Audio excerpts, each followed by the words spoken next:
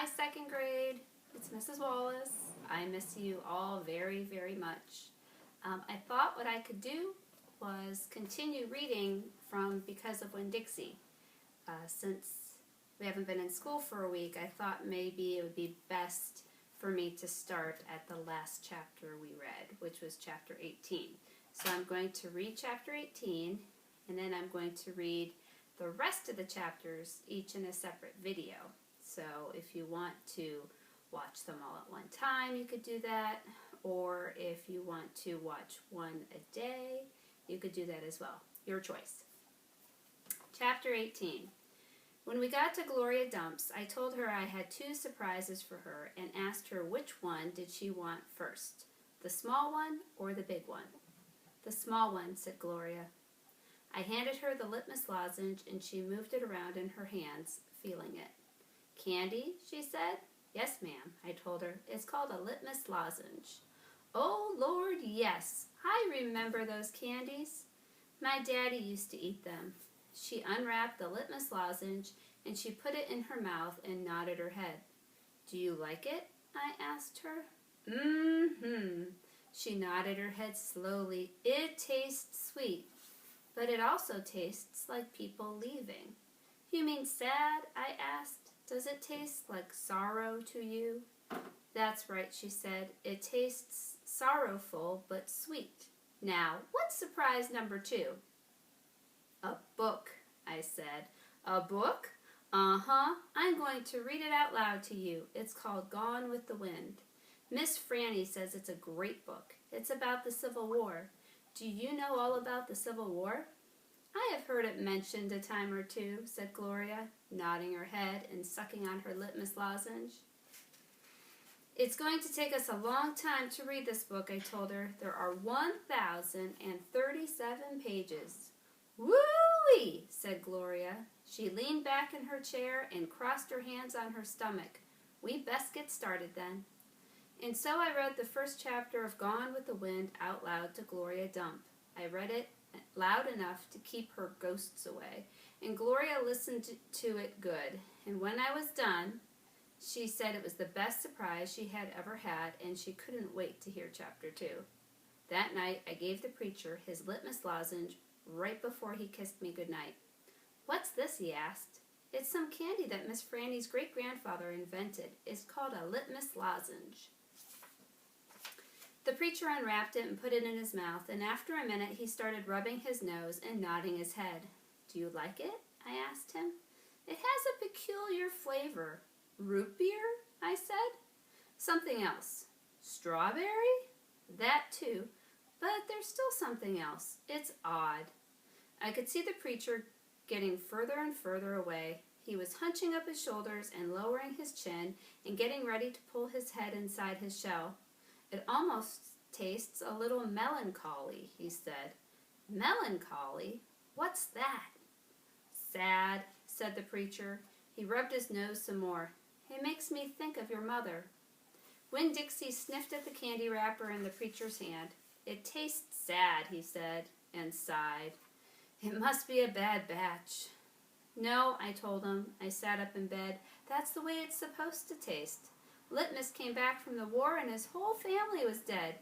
His daddy died fighting, and his mama and his sisters died from a disease, and the Yankees burned his house down.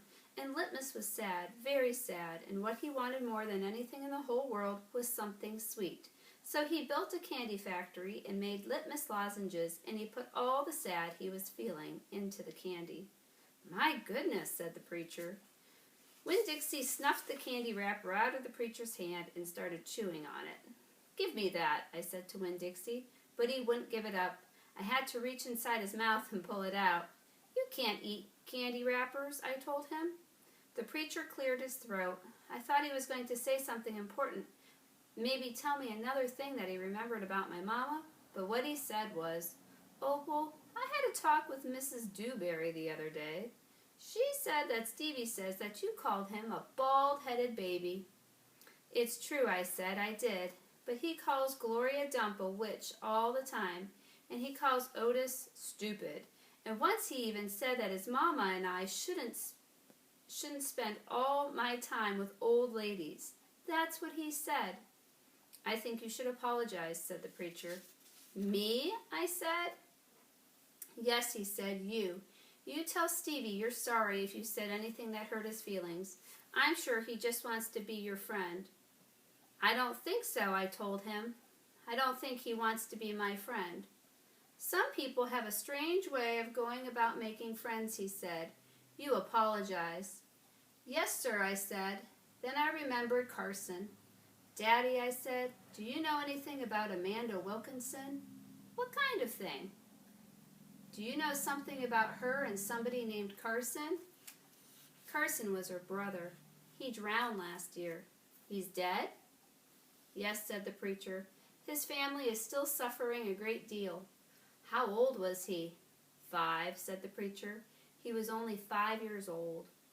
Daddy, I said, how could you not tell me about something like that?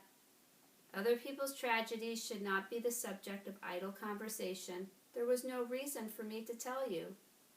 It's just that I needed to know, I said, because it helps explain Amanda.